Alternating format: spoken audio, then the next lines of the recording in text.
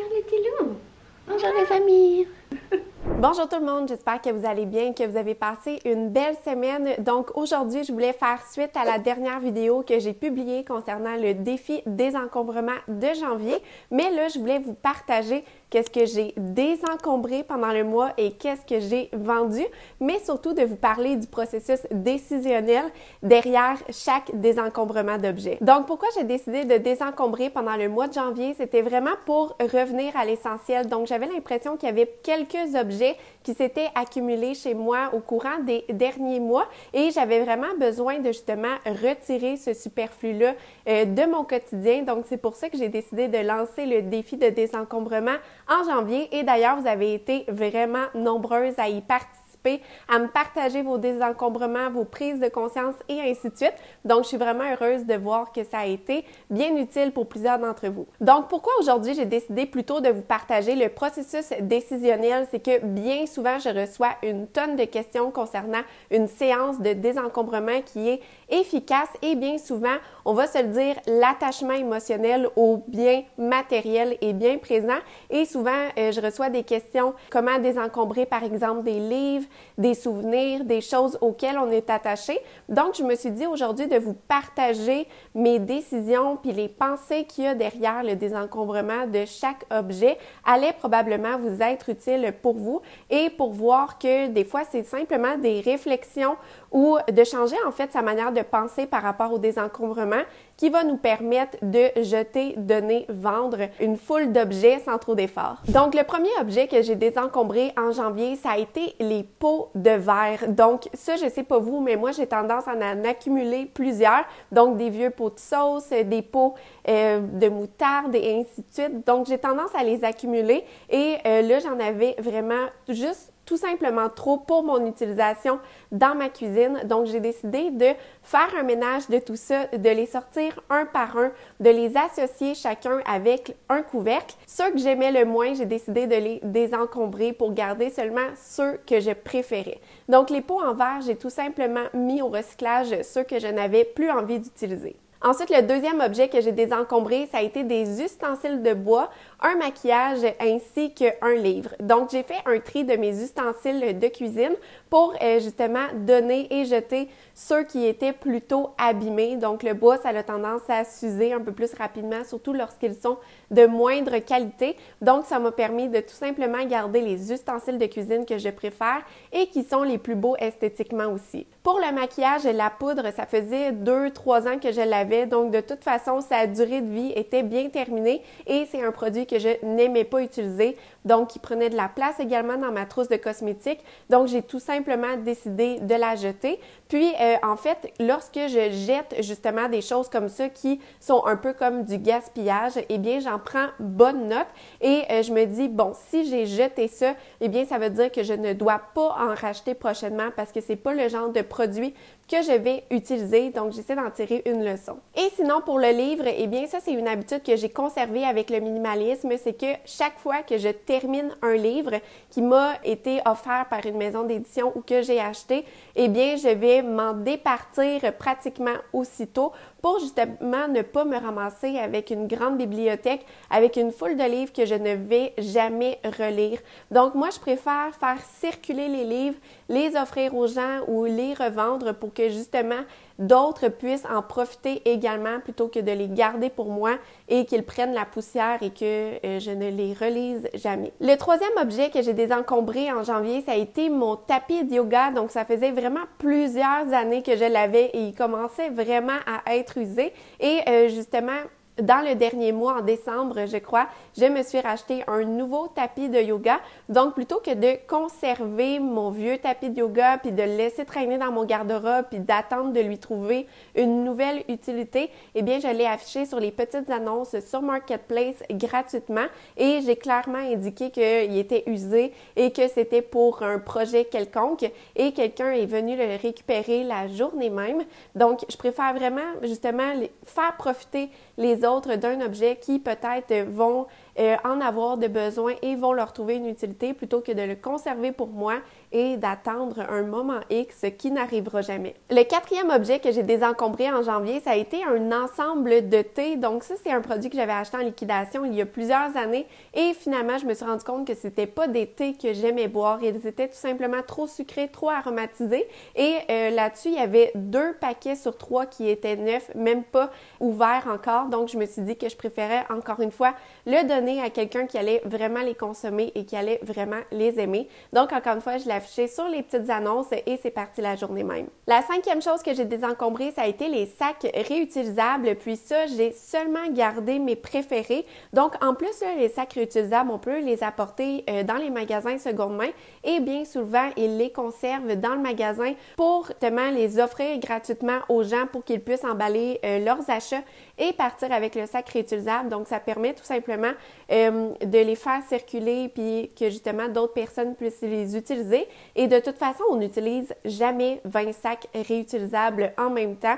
Donc, ici, j'ai seulement conservé mes préférés et je vais aller porter dans un magasin seconde main le restant de mes sacs qui seront utilisés une nouvelle fois. Le 6e objet que j'ai désencombré, c'est un étui à lunettes en osier que j'avais acheté seconde main il y a quelques temps, mais j'en ai tout simplement pas l'utilité. Donc, chaque fois que je le voyais, je me disais « Ah, qu'est-ce que je pourrais faire avec ça?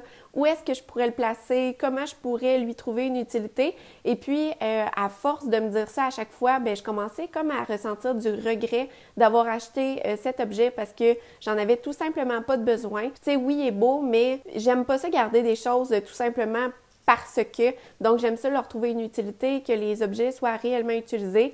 Donc là, je me suis dit que c'était le moment de le désencombrer. Le 7e objet que j'ai désencombré en janvier, ça a été de faire un tri dans mes maillots de bain, dans mes costumes de bain. Donc j'ai décidé tout simplement de donner ceux que je n'allais pas porter ou mes moins préférés. Donc j'avais 2 culottes de bikini qui étaient rendues tout simplement trop grandes, donc que je ne portais plus de toute façon, et un maillot qui était tout simplement trop échancré pour moi, donc que je ne voulais pas porter. Donc, encore une fois, je préfère les donner pour que ce soit quelqu'un qui les porte réellement plutôt que de les conserver, qu'ils se fatiguent avec le temps parce que des maillots de bain, on va se le dire, après quelques années, l'élasticité n'est plus au rendez-vous. Donc, je préfère le donner avant qu'il soit trop tard. Ensuite, le 8e objet, c'est que j'ai fait un gros tri dans mon garde-manger, puis j'ai enlevé toutes les boîtes et j'ai tout réorganisé, j'ai nettoyé le fond du garde-manger pour justement conserver en fait seulement l'essentiel dans mon garde-manger. Donc, il y avait comme plein de boîtes qui traînaient, des pots avec des petits restants de noix, des petits restants de graines qui restaient. Donc, j'ai fait un peu de désencombrement et à la fin du compte, j'ai désencombré quelques boîtes et quelques pots. La 9e chose que j'ai désencombré en janvier, ça a été un sac de sport, un sac pour apporter pour le week-end. Et en fait, j'ai décidé de le désencombrer parce que dernièrement, pour mon anniversaire, j'ai reçu un nouveau sac à dos qui peut bien me servir pour apporter des vêtements et le nécessaire pour un week-end à l'extérieur. Donc, je sais que je l'utiliserai plus parce que j'ai un autre sac que je préfère nettement utiliser. Donc, encore une fois, j'ai décidé de le donner parce que ça sert à rien de garder quelque chose simplement pour le plaisir de le garder. Le 10e élément, et là, c'est un vêtement. Donc, c'est une blouse bleue que j'avais achetée seconde main principalement pour le temps des fêtes et finalement, je ne l'ai jamais portée pendant le temps des fêtes parce que de toute façon, elle n'est pas confortable, elle tombe, elle glisse et ainsi de suite. Donc, lorsque j'ai un vêtement que je n'ai pas envie de porter ou que je ne trouve jamais d'occasion de le porter, eh bien, c'est simple, je le donne ou je le vends. Donc, les vêtements, là, moi, je veux vraiment conserver seulement les vêtements que j'aime, seulement les vêtements qui sont confortables et qui sont adaptés à la vraie vie. Donc, si j'ai un vêtement qui me fait pas plaisir lorsque je le vois, que j'ai pas envie de porter, c'est simple, je le donne. Donc, la 11e chose que j'ai décidé de désencombrer ce mois-ci, c'est ma caméra que j'utilise pour filmer. En fait, je l'ai remplacée dernièrement parce qu'elle fonctionnait tout simplement plus assez bien pour ma réalité. Donc, j'ai décidé de la renouveler, mais plutôt que de conserver cette caméra dans mon garde-robe au cas où, qu'elle prenne la poussière, qu'elle devienne désuète, eh bien, tout ce qui a trait aux technologies, j'essaie de le vendre le plus rapidement possible. parce que les technologies, c'est pas trop long que ça perd énormément de leur valeur. Donc, les technologies, j'essaie toujours de les vendre le plus rapidement possible pour aller récupérer une petite somme d'argent. Donc ici, ma caméra, j'ai décidé de la vendre parce que de toute façon, j'en ai une nouvelle. Donc pourquoi garder 2 caméras? Donc je l'ai vendue 175 $. Donc vous allez dire, oui, mais Vicky, tant qu'à, t'aurais pu la garder, c'est pas tant que ça. Mais quand même, 175 $, moi, je trouve que c'est pas rien. Donc, je trouve que ça vaut vraiment la peine de vendre une telle technologie. Et par le passé, là, maintenant, ça fait quelques années, en 2018 peut-être, j'avais un Mac d'ordinateur de bureau. Puis, dans le fond, je l'ai acheté, je l'ai eu pendant 2 ans, puis j'ai regretté un peu de l'avoir, donc j'ai décidé de le vendre. Mais j'ai quand même récupéré 800 $ sur cet achat-là parce que je l'ai vendu seconde main. Alors que si je l'avais conservé encore pendant 5 ans, jusqu'au temps que vraiment je me dise que je le voulais plus, j'aurais sûrement pu être capable de le vendre ou j'aurais dû le vendre pour 100 $, quelque chose comme ça. Donc, comme quoi les technologies, je vous le dis, si vous voulez les désencombrer, désencombrez-les les plus rapidement possible. Vendez-les maintenant parce que c'est aujourd'hui qu'ils ont leur meilleure valeur. La 12e chose que j'ai désencombrée, ça a été des chaussures de travaux manuels pour l'extérieur et c'est tout simplement parce qu'elles étaient rendues très usées et j'ai une autre paire de chaussures qui serait due pour être utilisée pour les travaux à l'extérieur. Donc, ça ne sert à rien de conserver 2 paires de chaussures pour la même utilité, surtout celle-là. Donc, j'ai décidé de tout simplement les jeter. Ensuite, le 13e item, c'est une bombe de bain et c'est tout simple. Je ne les utilise tout simplement pas. Donc, qu'est-ce que je vais faire? C'est que je vais les offrir à mon entourage, les offrir à quelqu'un qui, je sais, aime utiliser ce genre de produit-là. Ensuite, le 14e item, ça a été des élastiques de gym ainsi que la boîte. Donc, c'est un élastique qui était brisé, que je n'utilise pas. Puis d'ailleurs, tous mes élastiques de gym, j'ai pas tendance à les utiliser. Donc, probablement que je vais éventuellement tous les donner. Mais celui-là était brisé et j'en avais tout simplement pas l'utilité. Mais si jamais c'est votre cas, il y a quelqu'un qui a suggéré d'en faire, je sais plus c'est quoi le mot, un garrot ou quelque chose comme ça pour une trousse de premiers soins. Donc, ça peut être une belle idée, mais moi, j'ai tout simplement décidé de le jeter parce que j'en aurais pas l'utilité. Le 15e item, c'est un élastique pour les cheveux et bien qu'il était encore utile, moi, personnellement, je ne l'utilise plus. Donc, lorsque ça fait plus qu'1 an que je n'ai pas utilisé un objet, eh bien, je préfère le donner. Le 16e item, ça a été encore un vêtement, donc ça a été une chemise neuve et dans le fond, c'est que lorsque je l'ai reçue, je l'ai essayée, elle me faisait, mais par après, je me suis rendu compte que c'était pas la bonne grandeur, donc elle était un peu trop serrée pour moi et je n'avais pas tendance à la porter parce que justement, elle n'était pas confortable. Donc, étant donné qu'elle avait encore l'étiquette, la valeur de revente est toujours supérieure versus un vêtement qui a été porté et lavé. Donc, je l'ai tout simplement affiché sur les petites annonces sur Marketplace à 10 $ et il y a quelqu'un qui est venu la chercher le jour même. La 17e chose, ça a été un livre de jardinage. Donc, c'est un livre que j'ai lu par le passé et que je conservais pour justement aller relire des passages ou le consulter à l'occasion. Mais finalement, après 1 an, je ne l'ai pas reconsulté. Donc, je le sais très bien que ça ne va pas réarriver dans le futur. Donc, j'ai décidé de le faire tirer sur la page Instagram et il y a eu une gagnante, une lectrice du blog qui l'a gagné. Donc, encore une fois, je préfère faire circuler les livres plutôt que de les garder et qu'ils prennent la poussière chez moi. La 18e chose, ça a été un pantalon que j'ai vendu sur les petites annonces au coût de 20 $ et c'était un pantalon d'une super belle qualité et ainsi de suite, mais il était tout simplement rendu trop grand pour moi et je ne le portais plus. Donc, j'ai essayé de le vendre pour justement recevoir une petite somme en échange. Donc, encore une fois, pour les vêtements, je préfère les vendre si c'est possible pour aller récupérer un petit peu d'argent plutôt que de les voir dans mon garde-robe et chaque fois, je me dis « Ah, c'est dommage, je peux plus le porter » ou « Ah, c'est dommage, j'aime pas ça le porter ». Donc, encore une fois, j'ai réussi à aller chercher un 20 $ en échange d'un pantalon que je ne portais plus. Le 18e article, ça a été un livre. C'est un livre que j'ai depuis une dizaine d'années, voire une quinzaine d'années. Et c'est un livre que j'avais reçu en cadeau il y a fort longtemps. Et je l'ai gardé longtemps vraiment dans un but de décoration. Je le trouvais très beau esthétiquement. Mais là, je me suis dit que c'était le moment de le désencombrer parce que je ne l'apprécie plus autant qu'avant. Et également dans un processus en fait de minimalisme, Je préfère nettement avoir moins plutôt que de m'encombrer de choses que je n'apprécie plus réellement, mais je l'ai aimé pendant vraiment longtemps et je l'ai apprécié pendant vraiment longtemps, mais les goûts évoluent et qu'est-ce qu'on veut conserver dans notre maison également, donc c'était tout simplement le temps de lui dire au revoir. Le 20e item, ça a été encore un livre et c'est le livre Kilomètre zéro et j'avais tellement entendu de bons mots à son égard que j'avais décidé de l'acheter. Malheureusement, je ne l'ai pas aimé du tout ce livre, donc je me suis dit tant qu'à avoir dépensé, je crois qu'il m'a coûté autour de 20 $ ce livre, je me suis dit que j'allais le revendre immédiatement pendant que c'est encore un best-seller, pendant que c'est encore un livre populaire, pour aller rechercher un maximum d'argent sur ce livre-là. Donc, j'ai réussi à le vendre 7 $. C'est un livre qui s'est pas super bien vendu sur les petites annonces pour un best-seller, mais quand même, je préfère aller chercher un 7 $ sur cet achat que j'avais payé 20 $ auparavant, mais ça m'a quand même laissé un goût amer. Sinon, dans le même ordre d'idée, j'ai réussi à vendre un livre que mes parents avaient acheté. C'est un livre qui était un best-seller également et celui-là, j'ai réussi à le vendre 12 $. Donc, lorsque vous avez un livre qui est un best-seller actuellement, que c'est un livre qui se vend énormément, je vous recommande de le vendre pendant justement qu'il est populaire parce que vous allez réussir à le vendre au moins une dizaine de dollars. Alors que si c'est un vieux livre que ça fait longtemps qu'il est sorti sur le marché, qu'on n'en entend plus parler, eh bien là, vous allez peut-être le vendre pour 2 ou 3 $. Ça ressemble un peu aux technologies comme je vous parlais un peu plus tôt. Et finalement, le 21e article que j'ai désencombré ce mois-ci, ça a été des tapis de camping.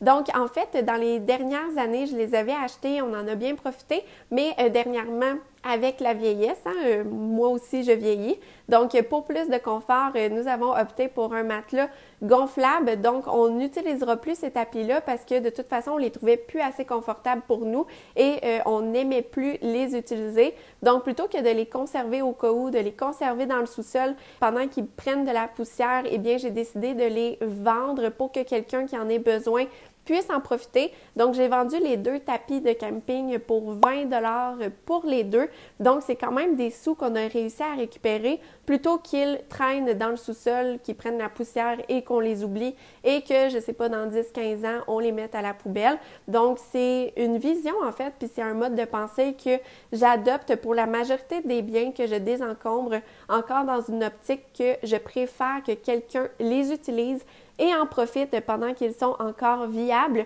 plutôt que de les oublier dans un coin de la maison et qu'ils prennent la poussière et qu'ils n'aient plus d'utilité et qu'ils finissent à la poubelle parce qu'ils sont tout simplement trop vieux. Donc, ça a l'air de rien, mais pendant le défi de janvier, bien que j'ai fait seulement 21 jours sur 31 pour diverses raisons, et également, j'ai maintenant, à l'étape où je suis rendue, je vis tellement avec moins de manière générale dans la vie et je désencombre beaucoup au fur et à mesure, ce qui fait en sorte que je n'ai pas beaucoup de biens de superflu chez moi. Donc là, ça devient vraiment difficile de désencombrer de nouvelles choses, mais quand même, dans les jours à venir, je veux vraiment compléter le défi de janvier, faire 31 jours de désencombrement. Donc, je vais continuer de faire du ménage et du tri, mais là, ça va être particulièrement dans le sous-sol qui sert un peu de pièce de rangement pour l'équipement de camping, pour le matériel de plein air et ainsi de suite. Donc, je vais fouiller dans tout ça dans les prochains jours pour trouver 10 nouvelles choses à désencombrer. Donc, en tout et partout, en janvier, j'ai désencombré, si je ne me trompe pas, 38 objets. Donc, c'est pas rien quand même, alors que je vis un mode de vie qui est plutôt minimaliste. Donc, je suis vraiment fière de moi et je trouve que justement, c'est un bel exemple qu'il ne faut pas rechercher la perfection et l'extrême et essayer de pousser à bout un défi si on arrive vraiment au bout de nos peines, au bout de 21 jours comme moi. Donc, c'est un bon exemple qu'il ne faut pas rechercher la perfection, mais bien de faire de son mieux. Et sinon, en termes d'argent, eh bien, en janvier, c'est 232 $ que je me suis fait en vendant des choses sur les petites annonces. Donc, faire du désencombrement, c'est payant. Et lorsque j'étais dans le processus, justement, de passer d'une vie de surconsommation au minimalisme et que je voulais rembourser mes dettes, j'ai tellement vendu de choses comme ça tous les mois que je pense qu'au bout de une année ou deux, je dois avoir vendu pour entre 5 000 et 10 000 $ d'objets. Donc, ça m'a vraiment donné un coup de main pour rembourser mes dettes et justement aller chercher un peu plus d'argent tous les mois pour me sortir la tête de l'eau et me donner un coup de main pour rembourser mes dettes plus rapidement. Donc, c'est vraiment une belle pratique que je vous recommande de faire au moins une fois par année. Ça permet vraiment de faire un tri, de revoir qu'est-ce qui s'est laissé accumuler dans notre maison au bout d'une année, d'enlever le superflu pour justement vivre une vie plus désencombrée et retourner à l'essentiel. Donc voilà, vous me direz qu'est-ce que vous avez désencombré en janvier ou le nombre de possessions que vous avez désencombrées pendant tout le mois. Donc moi, personnellement, avec mes 38 objets, je suis super fière de cette séance de désencombrement. Avant de quitter, si jamais vous avez aimé cette vidéo, n'oubliez pas de cliquer j'aime parce que ça me donne un gros coup de main et en même temps, ça permet de dire à l'algorithme de YouTube que vous avez aimé cette vidéo-là et par le fait même, il va montrer mes vidéos à plus de monde sur le web et en même temps, ça va partager ma mission. Comme quoi, vivre avec moins, ça fait vraiment du bien. Donc, je vous souhaite une belle semaine à tout le monde et on se retrouve la semaine prochaine dans une nouvelle vidéo. Bye tout le monde!